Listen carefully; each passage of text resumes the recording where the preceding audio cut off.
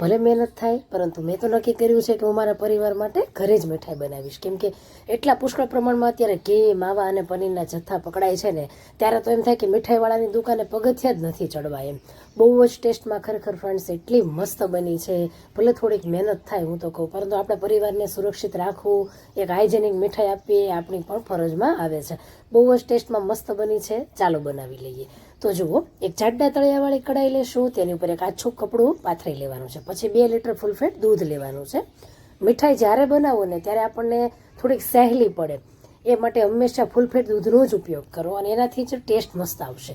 તો 2 લીટર દૂધ છે તેને મેં સરસ એવું આછા કપડાથી ગાળી લીધું છે. તમે અમૂલની ગોળની જે પાઉચ આવે છે તેનો પણ ઉપયોગ કરી શકો છો. તો આછા કપડાથી ગાળવાથી એક સરખું સરસ એવું ગળાઈ જતું હોય છે.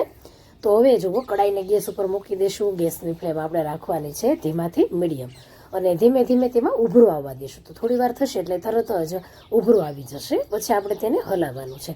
તો જુઓ, અત્યારે કડાઈ છે ને થોડીક નાની લેવાઈ ગઈ છે મારાથી, પરંતુ ધીમે ધીમે આપણે પ્રોસેસ કરવાની છે એટલે વાંધો તો નહીં આવે. તો ધીમે ધીમે આપણે તેને હલાવતા જવાનું છે. 3-1 મિનિટ માટે તેને ફાસ્ટ ફ્લેમ પર હલાવવાનું છે. ત્યાર પછી આપણે ધીમાથી મીડિયમ ગેસ પર તેને આગળ પ્રોસેસ જોવાની છે. તો આ રીતે ધીમે ધીમે દૂધ ઉકળી રહ્યું છે, અને આ રીતે 3 મિનિટ તેને હલાવી લીધું છે ફાસ્ટ ફ્લેમ પર. પછી ગેસની ફ્લેમ ધીમી કરીશું, અને હવે છે ને મારી પાસે આ ફટકડી છે. તો એક આપણે ખાસ પ્રોસેસ કરવાની છે દૂધની અંદર. તો જુઓ, ફટકડી છે તેનાથી આપણે દૂધને ફાડવાનું છે. બીજું છે કે લીંબુના ફૂલ, તો તેને પણ આપણે દૂધને ફાડી શકીએ છીએ લીંબુના ફૂલથી, તો જેને સાઇટ્રિક એસિડના દાણા કહેવાય છે. બીજું છે કે વ્હાઇટ વિનેગર, તો એ તો બિલકુલ આપણે ઉપયોગ નથી કરવાનો, કેમ કે ભરપૂર કેમિકલ છે એમ.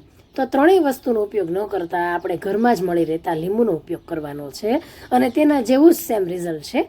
તો જુઓ, લીંબુનું ફાડું મેં કરી લીધું છે. તેમાં બીજ હોય તેને આપણે દૂર કરી લેશું. હવે જુઓ, દૂધમાં સીધું લીંબુ નથી નાખવાનું, તો આપણે કળસી લેશું આ રીતે ચમચો, અને તેમાં થોડું થોડું લીંબુ આપણે ઉમેરતા જવાનું છે. અને એક સાથે પણ લીંબુનો રસ નથી નાખી દેવાનો, કેમ કે આપણે જે દૂધને ફાડવાનું છે ને એમાં નાના નાના દાણા લાવવાના છે. જો એક સાથે લીંબુનો રસ નાખી દેશું ને તો બહુ મોટા મોટા દાણા થશે. એટલે મીઠાઈમાં આપણે નાના નાના દાણા લાવવાના છે. જો આ ખાસ ટિપ્સ હોય છે કે જ્યારે તમે હવે 5 થી 7 વર્ષ અમારા જેવાને ચેનલ ચલાવતા થઈ ગયા, એટલે અમને ઘણી એવી ટિપ્સ મળી જાય કે જે તમને હજી બિલકુલ ખબર જ નથી એમ. તો આપણે જો એક સાથે લીંબુનું ફાડું ઉમેરી દઈએ તો બહુ મોટા દાણા પડે, અને આ રીતે થોડું થોડું કરીએ ને તો એકદમ સરસ એવા નાના, અને દેખાવમાં પણ સરસ લાગે એવા દાણા પડશે. એટલે ગમે ત્યારે તમારે દૂધને ફાડવાનું હોય ને તો આ રીતે જ આપણે ધીમું ધીમું લીંબુ ઉમેરતા જશું અને ફાડવાનું છે.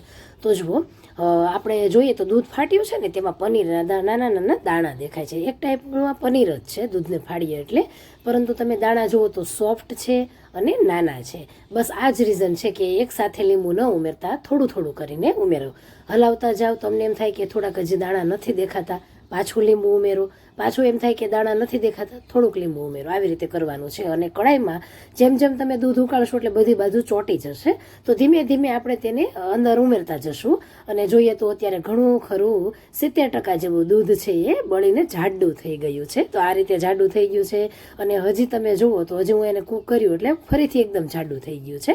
હવે તેની અંદર આપણે એલચી ઉમેરશું, જેનો ટેસ્ટ બહુ સરસ આવે છે. તો જુઓ ફ્રેન્ડ્સ, મેં 2 એલચીનો ઉપયોગ કર્યો છે. તમે એલચીની જગ્યાએ કેસર ફ્લેવર આપી શકો છો, અને બીજી પણ ઘણી ફ્લેવરો માર્કેટમાં વેનીલા છે એ પણ તમે આપી શકો છો. તો જુઓ, અડધી ચમચી જેટલી મેં ખાંડ પણ સાથે ઉમેરી દીધી છે. ખાંડ સાથે ઉમેરવાથી એલચી એટલી સરસ ખંડાઈ જશે. ત્યાર પછી અહીં મેં 80 થી 82 ગ્રામ જેટલી ખાંડ લીધી છે. જો તમારે વધારે ગળ્યું જોતું હોય તો 100 ગ્રામ લઈ શકો છો, બાકી બરોબર છે અત્યારે તમે 2 લીટર પ્રમાણે. તો ખાંડ ઉમેરી દીધી છે, એલચી પાવડર ઉમેરી દીધો છે, સાથે 2 ચમચી જેટલું ઘી ઉમેરી દેશું. અને આપણે ઘી ઉમેરવાથી છે ને શાઇનિંગ પણ આવશે અને સોફ્ટ પણ રહેશે, તો ખાસ કરીને ઘી ઉમેરજો. તો હવે જુઓ, આપણે મીડિયમ ગેસ ઉપર જ તેને આપણે કૂક કરતા જશું. જોયો તો અહીં જુઓ, મેં ધીમાથી મીડિયમ ગેસ પર આપણે કૂક કર્યું છે ને, એટલે તમે કલર જુઓ એકદમ સરસ તેનો લાઇટ યલો ઉપર આવ્યો છે, નહીંતર કેવું ગોલ્ડન બ્રાઉન કલર ડાર્ક થઈ જશે. એટલે આ જ મીઠાઈ બનાવવાની ખૂબી છે કે તમે જેમ ધીમે ધીમે પકાવો ને એમ તેનો કલર મેન્ટેન રાખી શકો છો, જેનાથી દેખાવ પણ સરસ આવે છે. અને જોઈએ ને તો જો એકદમ સરસ હવે તળિયું છોડી દે છે, અને એકદમ સરસ જાડું બની ગયું છે. બધું જ ખાંડનું પાણી શોષાઈ જાય, થીક થવા લાગે, તળિયું છોડી દે, ત્યારે જ આપણે તેને ગેસ ઉપરથી ઉતારવાનું છે. હવે એક મેં નાની એવી ચોકી લીધી છે, એટલે કે લંબચોરસ એવી પ્લેટ લીધી છે. તમે આ જ પ્રોસેસ રાઉન્ડ પ્લેટમાં પણ કરી શકો છો. હવે ઠંડુ થવા દેશો અને અડધા ઇંચ પ્રમાણે મેં તેને પાથરી લીધું છે. ત્યાર પછી અહીં 130 ગ્રામ જેટલા મેં કાજુ લીધા છે. કપમાં જોઈએ તો 1 કપ છે અને અહીં જુઓ 50 ગ્રામ જેટલી મેં બદામ લીધી છે. તો બદામ અહીં છે ને મેં 1/3 કપ જેટલી લીધી છે. ગ્રામમાં 50 ગ્રામ છે. 30 ગ્રામ જેટલા અખરોટ લીધા છે. તમે પિસ્તાનો પણ ઉપયોગ કરી શકો છો. તો આ રીતે આપણે લઈ લેવાના છે 30 ગ્રામ જેટલા અખરોટ. તો કાજુ અને બદામ પહેલાં બંનેને આપણે રોસ્ટ કરવાના છે. તો ધીમા ગેસ પર આપણે રોસ્ટ કરીશું અને થોડી વાર માટે 1-2 મિનિટ તે શેકાઈ જાય પછી 2 એલચી ઉમેરી દઈએ અને જે અખરોટ છે તેને ઉમેરી દઈએ. ગેસની ફ્લેમ ખાસ ધીમી જ રાખજો. હવે અખરોટ ઉમેર્યા પછી આપણે તેને 1 જ મિનિટ માટે એકદમ ધીમા ગેસ પર જ આપણે રોસ્ટ કરીશું. અને અહીં કાજુ જુઓ ને તમે ફ્રેન્ડ્સ, તો આમ ગોલ્ડન કલરના નાના જુઓ એમાં સ્પોટ્સ દેખાય છે, ડાઘ દેખાય છે. તો બસ એવી રીતે શેકવાના છે અને ઠંડા થઈ જાય ને પછી બે ભાગ કર્યા છે. મિક્સરનું નાનું જાર હોય ને ફ્રેન્ડ્સ, એમાં બહુ સરસ તે ગ્રાઇન્ડ થતું હોય છે અને મોટા જારમાં તે કણીવાળું રહી જાય છે. થોડુંક કણીવાળું જ રાખીશું આપણે, પરંતુ મોટી કણી રહી જાય છે. તો થોડુંક આપણે બરછટ રાખીશું. આપણે કેવું શેંગ પાક બનાવીએ ત્યારે બરછટ ભૂકો રાખીએ તેવી જ રીતે 120 ગ્રામ જેટલી ખાંડ લઈ લેવાની છે અને તેને આપણે કડાઈમાં ઉમેરી દઈશું સાથે 1/4 કપ એટલે કે એનાથી અડધા કપ પ્રમાણે ખાંડ થઈ હતી, તેનાથી અડધું મેં પાણી લીધું છે. ગ્રામમાં જોઈએ તો 120 ગ્રામ જેટલી ખાંડ છે. બધું પરફેક્ટ માપ આપ્યું છે કે તમે ચોક્કસથી બનાવી શકો એવો મારો આગ્રહ છે તમારો. અને જુઓ ફ્રેન્ડ્સ, આપણે ખાંડને ધીમા ગેસ પર ઓગાળીશું. પછી આ રીતે અડધો તાર થાય, તાર બને અને તૂટી જાય તેને અડધો તાર કહેવાય ને એવો ને એવો રહે તો એને આખો તાર કહેવાય.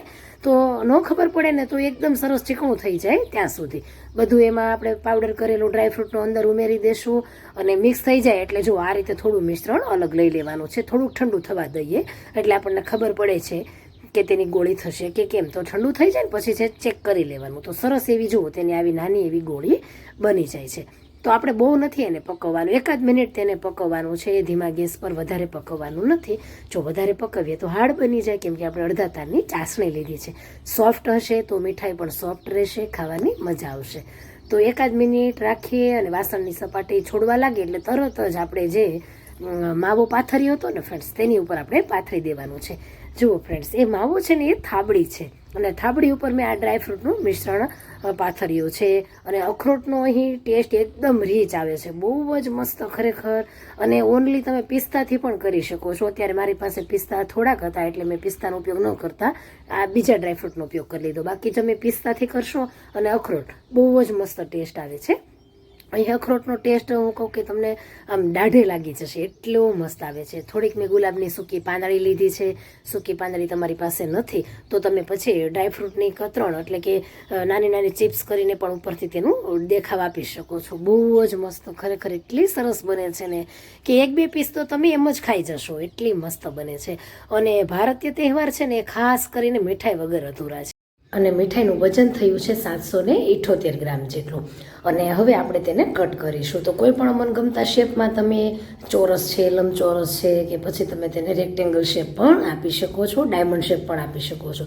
જુઓ કટ કરી રહ્યા છો તો કેટલું સોફ્ટ રીતે આપણું ચપ્પુ છે ચાલી રહ્યું છે. એનું કારણ છે કે આપણે જે ચાસણી લીધી ને ડ્રાયફ્રૂટમાં તે આપણે અડધા જ તારની લીધી છે એટલે એકદમ સરસ મીઠાઈ સોફ્ટ બનશે. જો 1 તારની લઈએ તો કઠણ થઈ જાય. હવે બોક્સમાં તેને પેક કરી દઈએ અને રક્ષાબંધન માટે મારી મીઠાઈ તો ફ્રેન્ડ્સ તૈયાર થઈ ગઈ છે. તો તમે પણ ટ્રાય કરજો. એક માપ પણ મેં આપ્યું છે, ટિપ્સ પણ આપી છે કે જ્યારે તમે દૂધમાંથી લીંબુ ઉમેરો દૂધમાં અને દૂધને ફાડો ત્યારે નાના દાણા થાય એ માટે થોડું લીંબુ ઉમેરજો. અને સાથે જ્યારે તમે ઉપરનું લેયર બનાવો ને ફ્રેન્ડ્સ ત્યારે તેમાં અડધા તારની ચાસણી લેવાની છે. આ 2 ટિપ્સ તમે ખાસ ધ્યાન રાખજો. નીચેનું જે લેયર છે તમને થાબડી જેવો ટેસ્ટ આવે છે અને ઉપરથી જે આપણે ડ્રાયફ્રૂટ ઉમેરીએ એમાં અખરોટ છે એ નંબર 1 લઈ જાય છે. બહુ જ મસ્ત ટેસ્ટી ખરેખર એટલી મસ્ત બની છે. ટ્રાય કરજો, શેર કરી દેજો.